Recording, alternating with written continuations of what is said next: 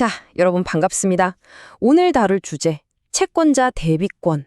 이거 정말 중요하죠. 민법 제404조랑 405조. 이거 변호사 시험에서는 그냥 A급, 아니 특일급 쟁점이라고 보시면 됩니다. 채권 총론 사례 문제에서 이거 모르면 그냥 답안지 못 써요.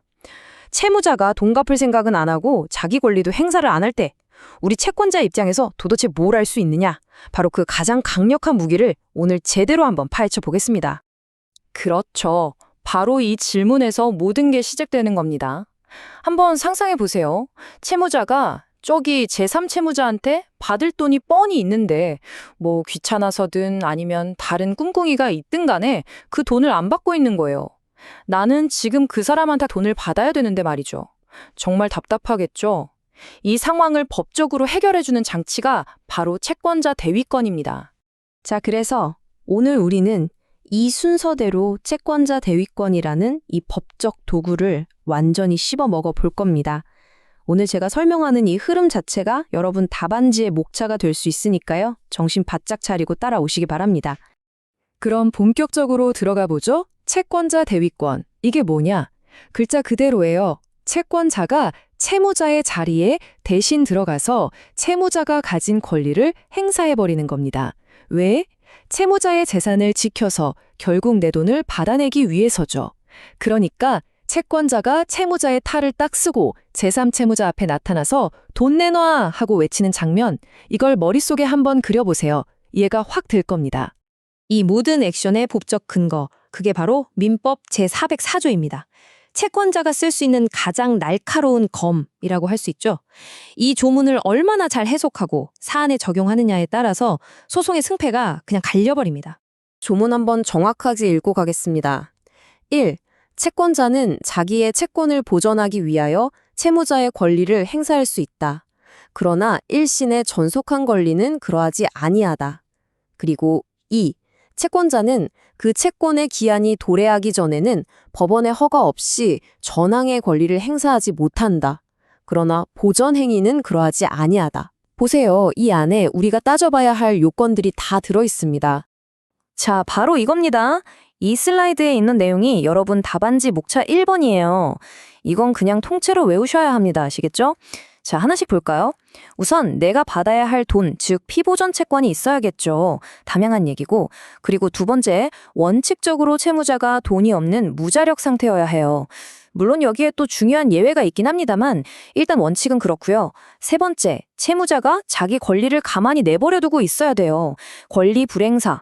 마지막으로 내가 대신 행사하려는 그 권리가 뭐 채무자 개인한테만 딱 붙어있는 그런 권리, 바로 일신 전속권이 아니어야 한다는 겁니다. 이 네 가지가 세트로 딱 나와야 점수를 받습니다. 근데 뭐 법조문만 달달 외운다고 답안지가 써지나요? 절대 아니죠. 실제 사건에서 우리 대법원이 이 요건들을 얼마나 디테일하게 해석하고 적용했는지 그 판례를 알아야 진짜 고득점이 나옵니다. 자, 지금부터 정말 중요한 최신 판례들로 한 단계 더 깊게 들어가 보겠습니다. 이 판례 진짜 재밌습니다. 대위권을 행사하는 방법에 대한 건데요. 2023년에 나온 아주 따끈따끈한 판례죠. 대법원이 딱 정리를 해줬어요. 야, 채권자 너 제3채무자한테 채무자한테 돈 줘라고 해야지 나한테 직접 줘라고 하는 건 원칙적으로 안 돼! 라고 말이죠. 왜 그럴까요? 이 제도의 목적은 채무자의 재산을 보전하는 거지 채권자 네가 슬쩍 새치기 해서 먼저 돈 받아가라는 제도가 아니라는 겁니다. 자, 이 판결의 논리를 한번 뜯어보죠. 만약에 내가 대신 행사하는 권리가 그냥 돈 달라는 거면 뭐 나한테 직접 달라고 할 수도 있어요. 어차피 채무자 주머니에 들어갔다가 나한테 올 돈이니까요. 그런데 채권 양도 같은 건 얘기가 완전 다릅니다. 이걸 채권자인 나한테 직접 양도하라고 해버리면 그 권리가 채무자는 구경도 못하고 바로 나한테 넘어와 버리잖아요? 이건 채무자의 재산을 보존하는 수준을 넘어서 아예 권리의 주인을 바꿔버리는 거니까 안 된다. 이게 대법원의 생각입니다. 그러니까 답안지에 쓸 때 핵심이 뭐예요? 금전 지급 청구랑 채권 양도 청구는 반드시 구별해서 서술해야 한다는 겁니다. 그럼 아까 요건에서 봤던 일신 전속권. 이거는 도대체 뭘까요? 어떤 권리는 채권자가 대신 행사할 수 없을까요? 여기에 대한 가장 대표적인 최신 판례가 바로 이겁니다. 2022-30165 판결. 채무자가 공공임대주택에 살고 있는데 채권자가 그 보증금을 빼내려고 임대차 계약을 대신 해지해버릴 수 있느냐, 이게 문제가 된 사건이었죠. 대법원의 답은 절대 안 된다였습니다. 1심 전소권이라는 게 바로 이런 겁니다. 그 권리를 가진 사람 본인의 의사가 절대적으로 존중되어야 하는 권리. 공공임대주택 계약 해지권은 단순히 얼마짜리 재산권이 아니라는 거죠. 경제적으로 어려운 사람의 주거 안정이라는 아주 중요한 공익적 가치가 걸려있기 때문에 채무자 본인이 원하지 않는데 채권자가 멋대로 해지할 수는 없는 행사상의 1심 전소권이다라고 판결한 겁니다. 이거 1심 전소권의 대표 사례로 반드시 기억해 두셔야 합니다. 자, 이제 채권자가 404조라는 날카로운 검을 뽑아들었어요. 그런데 만약에 내가 앞에서 열심히 소송하고 있는데 뒤에서 채무자가 제3채무자랑 슬쩍 만나서 야, 그 권리 그냥 없는 걸로 하자 하고 포기해버리면 어떻게 될까요? 와, 그럼 진짜 허무하겠죠? 내 모든 노력이 물거품이 되잖아요. 이걸 막기 위한 안전장치가 바로 405조 통지의 잠금 효과입니다. 조문 보시죠. 1. 채권자가 권리를 행사한 때에는 채무자에게 통지하여야 한다. 그리고 핵심은 2항입니다. 2. 채무자가 전항의 통지를 받은 후에는 그 권리를 처분하여도 이로써 채권자에게 대항하지 못한다. 바로 이겁니다. 통지 딱 받는 순간 채무자의 손발이 묶여버리는 거예요. 이 과정을 한번 보세요. 간단합니다. 내가 소송을 겁니다. 그리고 그 사실을 채무자한테 알려줘요. 또는 채무자가 어떻게든 그 사실을 알게 됩니다.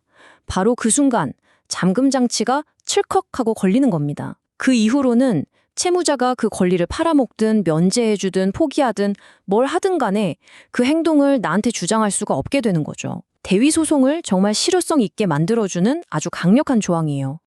여기서 이제 또 하나의 시험 포인트가 나옵니다. 좋아, 채무자의 처분 행위가 제한되는 건 알겠어. 그런데 도대체 어디까지가 그 처분인데 채무자가 하는 모든 행위가 다 제한될까요? 바로 이 처분의 범위가 시험의 단골로 나오는 아주 중요한 문제입니다. 자, 여러분, 지금 이 슬라이드 이거 구별 못하면 시험장 가서 그냥 끝입니다. 별표 5개, 아니 10개 치세요. 진짜 중요해요. 판례가 이걸 어떻게 보냐면요. 채무자가 제3채무자랑 야, 우리 그냥 계약 없던 걸로 하자. 이렇게 서로 짜고 하는 합의 해제. 이건 뭐예요? 채무자가 적극적으로 자기 권리를 없애버린 거죠. 그러니까 이건 405조 2항에서 말하는 처분이 맞아요. 그래서 채권자한테 대항 못합니다. 자, 그런데 채무자가 돈을 안 줘서 제3채무자가 열받아서 법대로 합시다 하고 계약을 해제하는 법정 해제는 얘기가 완전 달라요. 이건 채무자의 처분 행위가 아니잖아요. 제3채무자의 정당한 권리 행사란 말이죠. 그래서 이 경우에는 채권자한테도 계약 해제됐습니다 라고 주장할 수 있다는 게 우리 대법원 전원합의체 판별이에요. 합의 해제냐 법정 해제냐 이 두 개를 구별하는 게 채점 포인트입니다. 무조건요. 자, 좋은 답안은요, 그냥 쟁점 하나만 툭 던지고 끝나지 않아요. 우리가 지금 공부한 이 채권자 대위권이 민법 전체 시스템 안에서 다른 제도들이랑 어떻게 얽혀 돌아가는지를 보여줘야 됩니다. 이게 바로 고득점자들이 하는 가지벗기 기술입니다. 이 슬라이드 한번 보세요. 채권자 대위권 공부하면 바로 옆에 있는 채권자 취소권, 즉 사회행위 취소 소송이랑 항상 비교해야 합니다. 요건도 다르고 효과도 다르죠. 또 제3채무자 입장에서는 애초에 당신이 채무자한테 받을 돈 그거 무효 아니야? 이렇게 피보전 채권의 존재 자체를 물고 늘어질 수도 있고요. 그리고 정말 중요한 거, 내가 대위권 행사한다고 통지까지 했는데 다른 채권자가 그 권리에 대해 압류하고 전보명령을 받아갔다? 그거 무효입니다. 먼저 대위권을 행사한 나를 보호해주는 거죠. 이런 식으로 연결고리를 만들어 둬야 문제가 아무리 꼬여 나와도 다 풀어낼 수 있습니다. 자, 오늘 우리는 채권자 대위권이라는 아주 정교하면서도 강력한 무기를 함께 뜯어봤습니다. 4가지 핵심 요건부터 어떻게 행사해야 하는지에 대한 최신 판례, 그리고 405조의 잠금 효과와 그 한계까지. 오늘 다룬 핵심 판례들하고 조문의 논리 구조를 그냥 아는 수준이 아니라 내 몸에 완전히 익힌다는 생각으로 기출문제를 통해 답안 쓰는 연습 꼭 반복하셔야 합니다. 여러분의 합격을 진심으로 기원합니다.